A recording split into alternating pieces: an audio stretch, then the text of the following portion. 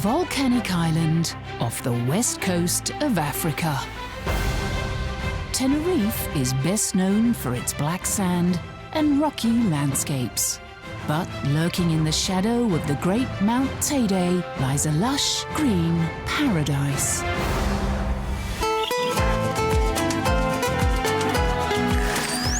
A sanctuary for threatened species from around the world and the people that care for them. Hola! I actually kind of love them. Fuera, fuera. Let's go! We are so proud. Dedicated to the welfare It's a bit tense, things can go wrong. and conservation With our knowledge, we can help save species. of all kinds of creatures. Everyone plays a precious part in life at the Animal Embassy. It's never a boring day here, for sure.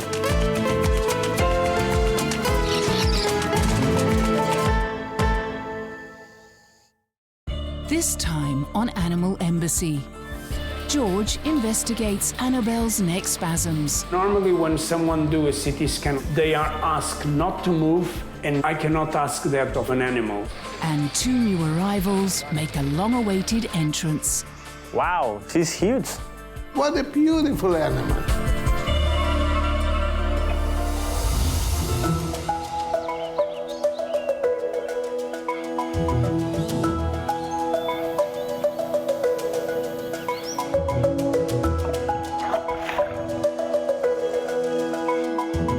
It's a new day at Loro Park. And while breakfast is well underway for many, the task of feeding certain hungry residents requires more time-consuming preparation. That includes a twice-weekly delivery of enough fruit and vegetables to feed an army. In this case, an army of gorillas. The fruit and vegetables are sourced locally, so Iñaki Esquero, head of terrestrial mammals, can be confident about quality control. The whole fruit and vegetables arrive from our own crops. We are safe that is the high quality product with not pesticides or whatever. However, even a 200-pound gorilla can have a weakness, and Iñaki has to keep a watch on their sweet tooth. We need to take care because if you feed the animals with the fruits from Europe, for example, they have a lot of high sugar content. Which can lead to the gorillas taking on some very human problems. If we use a lot of fruit, we're going to face problems like diabetes or they become fat easily. Okay, so we feed them more with vegetables and sometimes with fruit, but with low sugar content. But Iñaki also has to take into account some special dietary requests. They select and reject what they don't like. And it's very nice to feel the different personalities between the animals. Because, for example, Noel hates a lot the cucumber, no? And Rafiki and Aladdin loves. On this morning's menu is something everyone loves. We are preparing the special breakfast for gorillas here in Loro Park. We mix flour with honey and yogurt, and it's very tasty. But there is a catch. We are preparing now some artificial termite mound that we hide in a special trunk. In order to get to the food, the great apes must show some initiative. We use this breakfast to allow them to show natural behaviors, like the preparing of hand tools.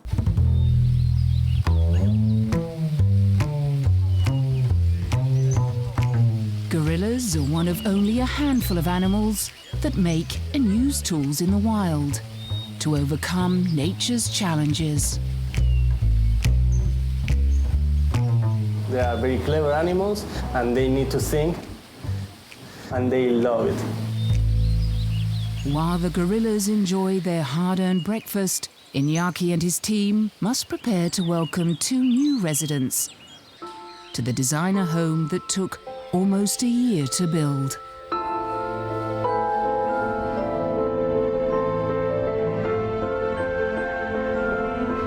The main challenge that we face is to create a perfect aquatic environment. So we need to create a huge filtration system for them. That meant digging through 6 meters of solid rock. Because we are in a volcanic island, the soil was so hard. Then there were the climate considerations of these unique creatures. They are tropical animals. Okay? We are lucky because we got excellent weather, but we got some days in the year that they are very cold. So for that reason, we need to put a heating system in the floor. Native plants complete the habitat's ecosystem.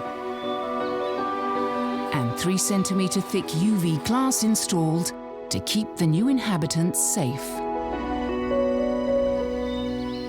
In another part of the park, this icy corridor leads to the polar opposite conditions of the penguinarium.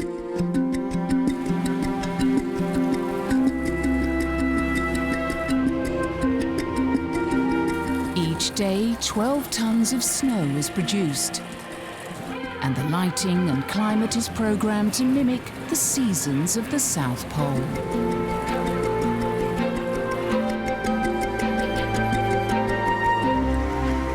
Most of the 250 inhabitants of Planet Penguin, it's just another day at the zoo. But for one unsuspecting youngster, a rather extraordinary adventure awaits. Annabel, an 8-month-old king penguin, is being prepared for her appointment at a special clinic.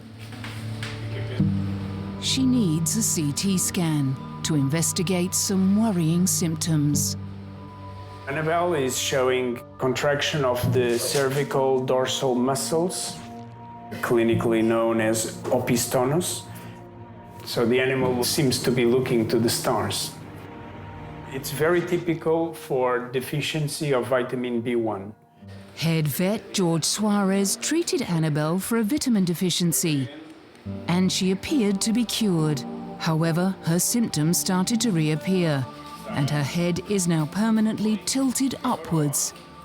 That raised the alarm that it might be a traumatic injury or even a genetic problem. So we want to discard all these to make sure that what we are doing is actually the right thing. It may not appear the most comfortable of carriages, but transporting the patient this way prevents her from injuring her wings and keeps a lid on her stress. Most importantly, it will help keep her cool. What we want is to maintain the animal as cold as possible and to be aware of any temperature rise. The vet team are taking absolutely no chances with their precious cargo.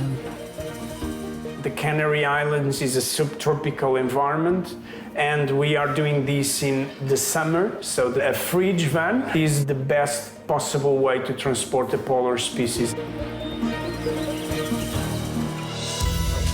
Next on Animal Embassy, will X-ray vision reveal what's wrong?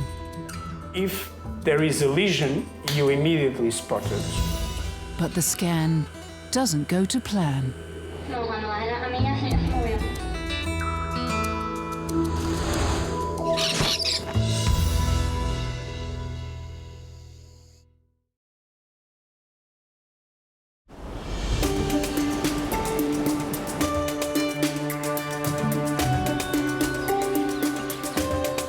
The sense of anticipation at the park is reaching a crescendo. We're pretty excited. It's been a pretty long time waiting. Finally, this moment has come, and these little special ones are coming. So we're pretty happy. After months of preparation, the 2 new residents have finally arrived. And one of them has already exceeded expectations.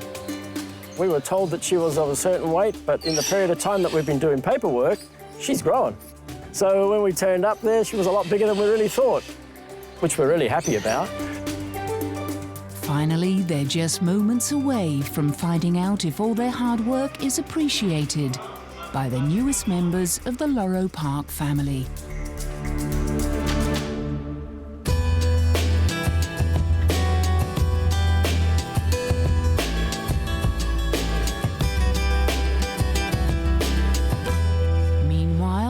vet team are taking an 8-month-old king penguin to a special clinic for a CT scan. Annabel has displayed disturbing contractions of the dorsal muscles in her neck, and she cannot keep her head in a normal position.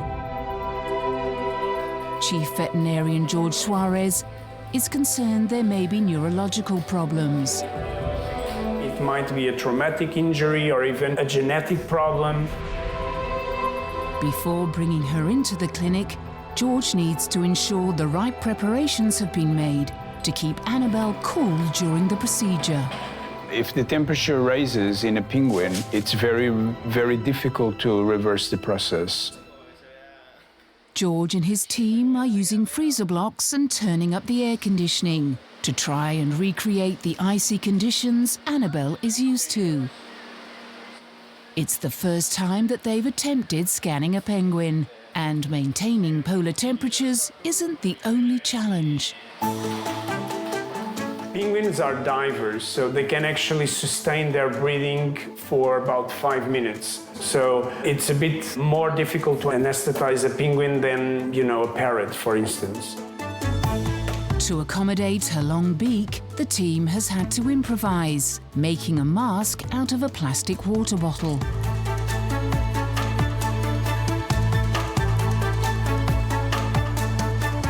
Now that she's sedated, the team has to move quickly, all the while monitoring her vital signs and checking her temperature.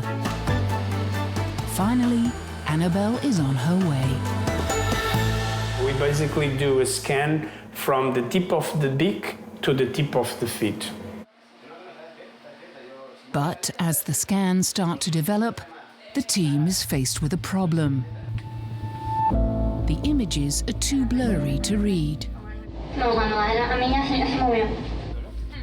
So normally when someone do a CT scan like that, they are asked not to move and not to breathe.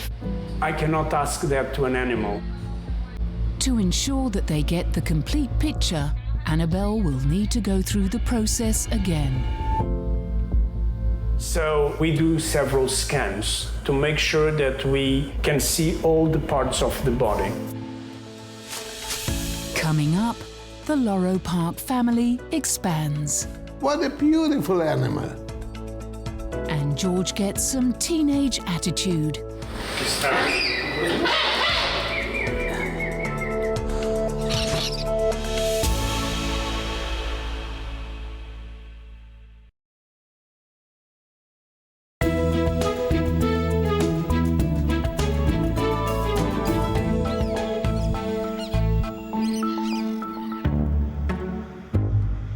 The newest members of the Loro Park family are about to make their long-awaited debut. The first to make an appearance is Adela. Wow, she's huge, but she's perfect. 300 kilograms of adult pygmy hippo. She was very relaxed and she started to explore all the rooms, to smell everything and start to eat a little bit of hay. After a long journey, Adela seems to be enjoying stretching her legs. Next door, the park's founder, Mr. Kiesling, is meeting the younger and rather more petite Malela.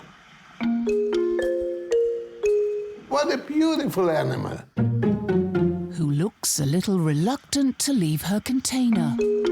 The first what you think is, perhaps something smells funny. I know, we are not ready.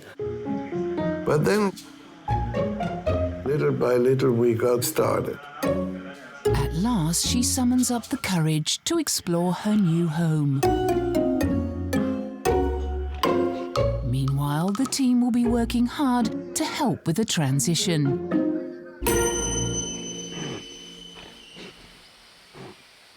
At the CT clinic, George and his team are feeling very humbled by their experience. Having this privilege to actually see everything that this animal has inside. It's just amazing to see how everything works perfectly. It's just that they survive in such harsh environments. I define them as the Schwarzenegger of the animal world. I mean, it's just amazing. Upon close examination from all angles, George is relieved to see no abnormalities or lesions on Annabel's brain. We are pretty much sure that the problem that she has is nutritional, and I'm pretty confident that medication that we are giving will solve this situation very soon. It's been a successful outing, but the next priority is to get the patient home while she's still groggy from the anesthetic and before her body temperature starts to rise.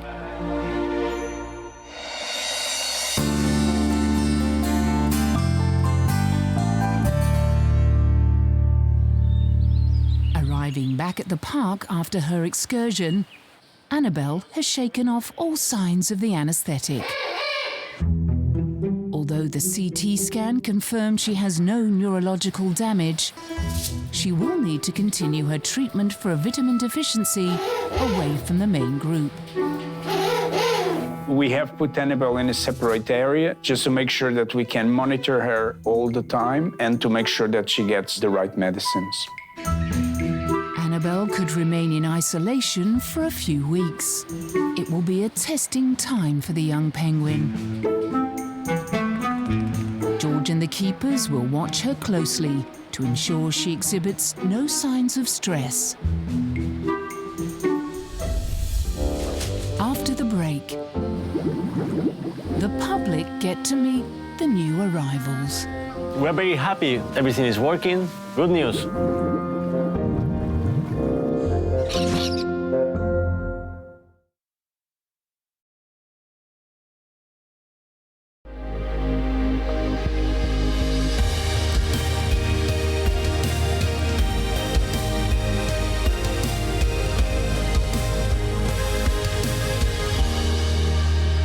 It's been nearly a month since Annabel the King Penguin's CT scan.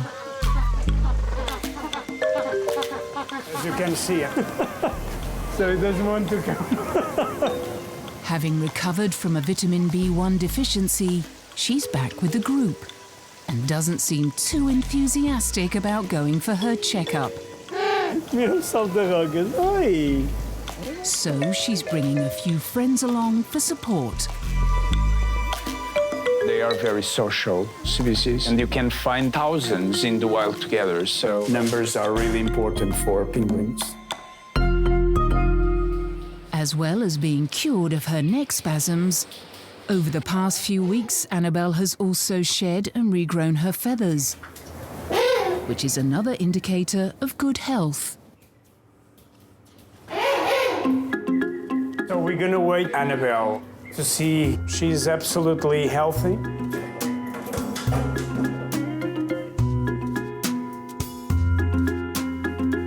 The weight is absolutely perfect. Annabel's recovery seems complete, but along with her health, she also seems to have recovered some teenage attitude. Que está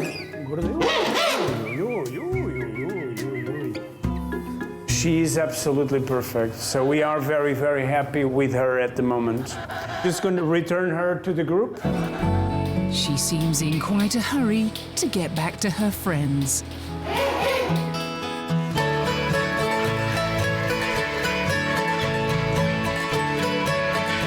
This is the kind of stories that we absolutely love, and we're going to continue monitoring these absolutely amazing animals.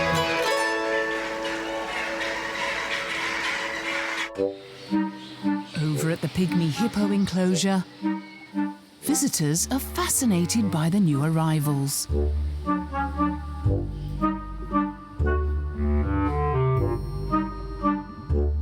And Adela seems just as curious about them.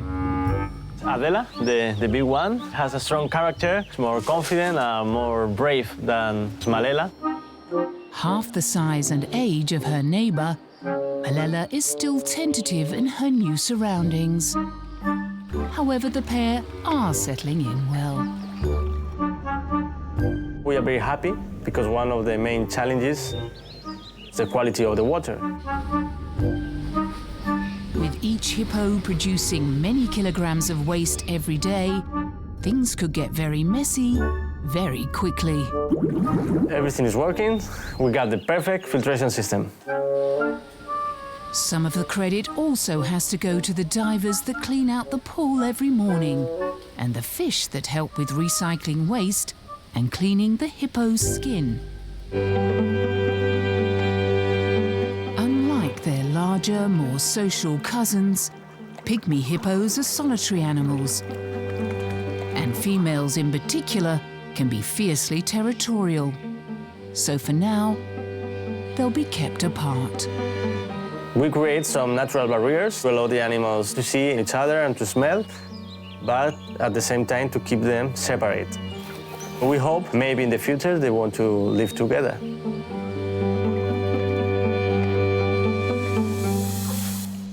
Next time on Animal Embassy, there's trouble in the penguin tank. She is trying to bite everybody.